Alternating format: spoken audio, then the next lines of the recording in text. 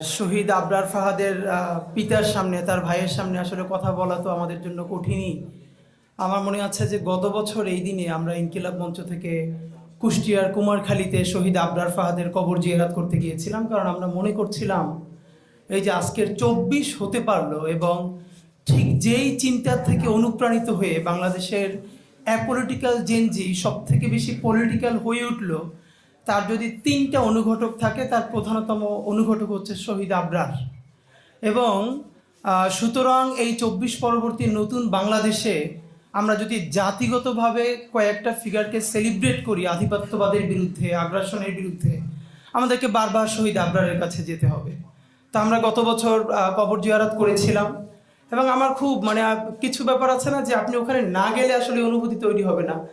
আমরা গত বছর যখন গেছি তখন গিয়ে দেখি যে শহীদ আবরারের দাদা যান তিনি বেঁচে আছেন এবং আমরা ঢাকা থেকে এসেছি কবর জিয়ারত করার কথা শুনে, এত বয়োবৃদ্ধ, উনি তো হাঁটতে পারেন না, তবুও তিনি একটা জামা কাঁধে টেনে তারপরে কবর পর্যন্ত আসলেন। আমরা সবাই মিলে যখন কবর জিয়ারত করছিলাম আমরা সবাই মিলেই কান্নাকাটি করছিলাম, সেই সময়টা মনে পড়ে। এই চিন্তাটা করে আমরা এত বারবার অসুস্থ হয়েছি যে বুয়েট থেকে শাহবাগ থানা কয় মিনিট, রাজধানীর প্রাণ কেন্দ্রে। একথাটা বলে ফেলি যে আমরা কবর জিয়ারত করে তারপরে আবরারদের বাসায় গিয়েছিলাম। তো আন্টি অনেক কথা বলতে বলতে একটা মানুষের মধ্যে কি পরিমাণ ট্রমা হলে আমরা বলছিলাম যে আন্টি আমরা এটাকে জাতীয় আগ্রাসন বিরোধী দিবস হিসেবে ঘোষণা করেছি, আপনিও কিছু বলেন।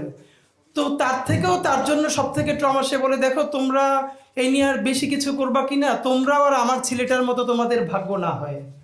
ওনার নিজের সন্তান হারানোর পর তখন উনি বলতেছেন যে একটা মানুষকে কেউ গুলি করে মেরে ফেলে, এটা একটা অবস্থা, 1 মিনিটের মধ্যে সে মরে যায়, 2 মিনিটের মধ্যে মরে যায়। সারা রাত ধরে পিটিয়ে পিটিয়ে খুঁচিয়ে খুঁচিয়ে, এবং সেটা কোথায়, কোনো অজপাড়া গ্রামে না, পুরো রাজধানীর বুকের মধ্যে যেখানে আইন শৃঙ্খলা বাহিনী পৌঁছতে 1 মিনিট লাগে, সারা রাত ধরে তাকে পিটিয়ে হত্যা করা গেল। এইটা যখন কোনো মা, কোনো বাবা, তার পরিবার মনে করে, তাদের জীবন তো আর স্বাভাবিক হওয়া কোনোভাবেই সম্ভব না। তা আমি নিজেকে অসম্ভব সম্মানিত এই অর্থে বোধ করেছি যে শহীদ আবরার ফায়াদের পরের দিন যখন ঢাকা বিশ্ববিদ্যালয়ে যেদিন গায়েবানা জানাজা হলো, তখন ঢাকা বিশ্ববিদ্যালয়ের ছুটি চলছিল একটা। তো গায়েবানা জানাজার পরে আমাদের সকল ভাইয়ের, আমার মনে আছে যে সেই গায়েবানা জানাজা তো আমাদের আক্তার পড়িয়েছিল, আক্তার আজকে আসবার কথা, নূর ভাই ওনারা ছিলেন। বুয়েটের দিকে যখন মিছিল নিয়ে যাওয়া হলো, সেই মিছিল বুয়েট প্রদক্ষিণ করে সর্বশেষ শাহবাগে গিয়ে শেষ হলো।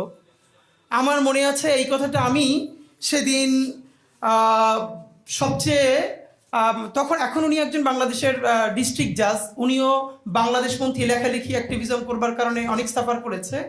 সেই মিছিল থেকে ফিরে গিয়ে ওনাকে আমি লিখেছিলাম যে সম্ভবত বাংলাদেশ আজকে একটা নতুন ফেজের মধ্যে ঢুকেছে, কারণ ঢাকা বিশ্ববিদ্যালয়ের ক্যাম্পাসে শহীদ আবরারের গায়েবানা জানাজার পরেই এই প্রথম এত বড় করে স্লোগান উঠেছিল, দিল্লি না ঢাকা, ঢাকা ঢাকা।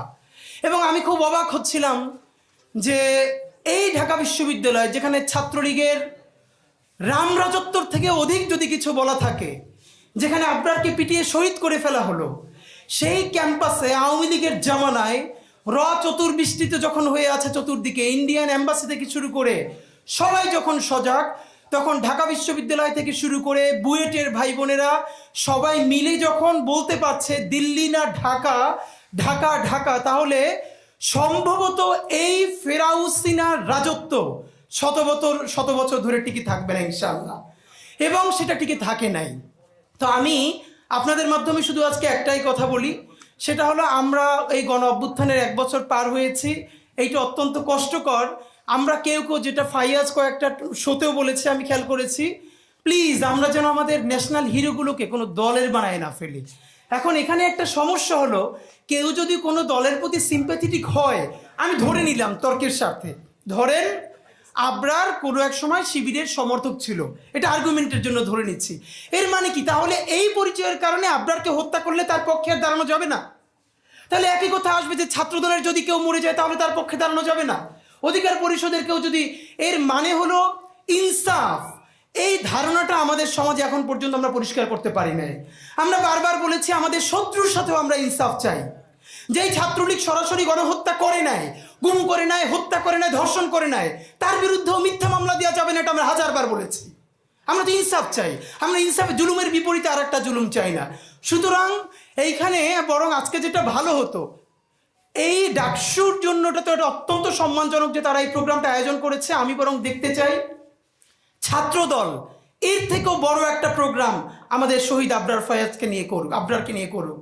এরপরে আমাদের এনসিপির ভাইয়েরা, বাংলাদেশপন্থী যতগুলো রাজনৈতিক দল আছে, রাজনৈতিক শক্তি আছে, তারা সবাই মিলে বড় বড় প্রোগ্রাম করুক। আমাদের আবরারের এই চেতনা, এইটা শুধু ঢাকা বিশ্ববিদ্যালয়ের বইয়ের মধ্যে তো রাখলে চলবে না, এটাকে আমাদের বাংলাদেশের প্রত্যেকটা প্রাইমারি স্কুল পর্যন্ত পৌঁছে দিতে হবে। এবং আমাদের আবরার কি বলেছিল, ভারতীয় আধিপত্যবাদ। আপনি ভাবেন যে একটা ফেসবুক স্ট্যাটাস এত ভয়ানক হয়ে উঠতে পারে ভারতীয় আধিপত্যবাদের বিরুদ্ধে। সে ইলিশ মাছের সুষম বন্টন নিয়ে কথা বলেছে, তারপরে কি হয়েছে। আমরা আজকে এটাই শুধু বলতে চাই, আমরা আবরার ফাহাদকে এই জন্য সেলিব্রেট করব না শুধু যে আবরার ফাহাদ শহীদ হয়ে আমাদেরকে নতুন বাংলাদেশ দেখিয়েছে, বরং আমরা স্পষ্ট দেখতে পাচ্ছি বাংলাদেশের সামনে আগ্রাসন এবং আধিপত্যবাদ আরো শতগুণ, হাজারো গুণ, লক্ষ গুণ শক্তি নিয়ে আবারও ধাবিত হচ্ছে। বাংলাদেশের যেই স্বাধীন সীমান্তে আবারও যদি আগ্রাসন নেমে আসে, আবারও যদি আধিপত্যবাদ নেমে আসে, তাহলে আমাদেরকে প্রস্তুতি নিতে হবে। আবারও কোটি কোটি আবরার, শুধু বুয়েট নয়, বাংলাদেশের প্রত্যেকটা শিক্ষা প্রতিষ্ঠানে নেমে আসতে হবে। আমাদের পরবর্তী প্রস্তুতি স্বাধীন সীমান্ত তৈরি করা, সার্বভৌম বাংলাদেশ প্রতিষ্ঠা করা। আর সেই স্বাধীন সার্বভৌম বাংলাদেশ প্রতিষ্ঠার জন্য আমাদের লক্ষ কোটি আবরার লাগবে। এই আবরাররা শুধু কোনো দলের হবে না, সারা বাংলাদেশের হবে। মাহমুদ ভাইকে আমি বিশেষ করে ধন্যবাদ জানাই। উনি বাংলাদেশে ফেরত এসে 5 দিন জেলে ছিলেন, এরপরে 7 দফা দিয়েছিলেন জাতীয় প্রেস ক্লাবে। এর মধ্যে একটা ছিল বঙ্গবন্ধু এভিনিউকে শহীদ আবরার ফাহাদ এভিনিউ ঘোষণা করতে হবে। আমি সরকারকে অত্যন্ত একটা জায়গায় আমি তাদেরকে অভিনন্দন জানাচ্ছি, এবং তারা এটাকে অ্যাকনলেজ করেছেন, এবং রাষ্ট্রীয়ভাবে বঙ্গবন্ধু এভিনিউয়ের বর্তমান নাম শহীদ আবরার ফাহাদ এভিনিউ। তো এখন এইটা আমরা অনেকে জানি না, এবং নামটাও যেহেতু একটু বড়, আমি আপনাদেরকে আজকে ছোট একটা দাওয়াত দিয়ে যাই ডাকসুর প্রোগ্রামই। সেটা হলো এই এভিনিউটার নাম এখন থেকে আমরা সংক্ষেপে সবাই আবরার এভিনিউ বলবো। এটাকে আবরার এভিনিউ আমরা মুখে মুখে নিয়ে আসবো। আজকে বিকেল 4টায় ইনকিলাব মঞ্চ আবরার এভিনিউতে, যেখানে পতিত আওয়ামী লীগের কার্যালয় রয়েছে, সেই কার্যালয়ের সামনে দাঁড়িয়ে শহীদ আবরারের জন্য মুক্তির মোনাজাত করবে ইনশাআল্লাহ। তো আমি আপনাদেরকে সবাইকে দাওয়াত দিচ্ছি। আমরা আজকে আবরার এভিনিউতেই গেলাম, কারণ এই নামটা সবাই এখন পর্যন্ত জানতে পারছে না। আপনারা যাদের সুযোগ আছে, বিকেল 4টায় শহীদ আবরার এভিনিউতে পতিত আওয়ামী লীগ কার্যালয়ের সামনে আমরা দাঁড়াবো, এবং আমরা বাংলাদেশের মুক্তির জন্য, আমাদের আবরারের জন্য, স্বাধীন সার্বভৌম বাংলাদেশের জন্য দোয়া করব। সবাই আসবেন, এবং ডাকসুকে বিশেষ করে সাদিক কেম থেকে শুরু করে সবাইকে অনেক শুকরিয়া আধিপত্যবাদ বিরোধী বাংলাদেশের এই সূচনায় অংশীদার হওয়ার জন্য। বাংলাদেশ জিন্দাবাদ, ইনকিলাব জিন্দাবাদ।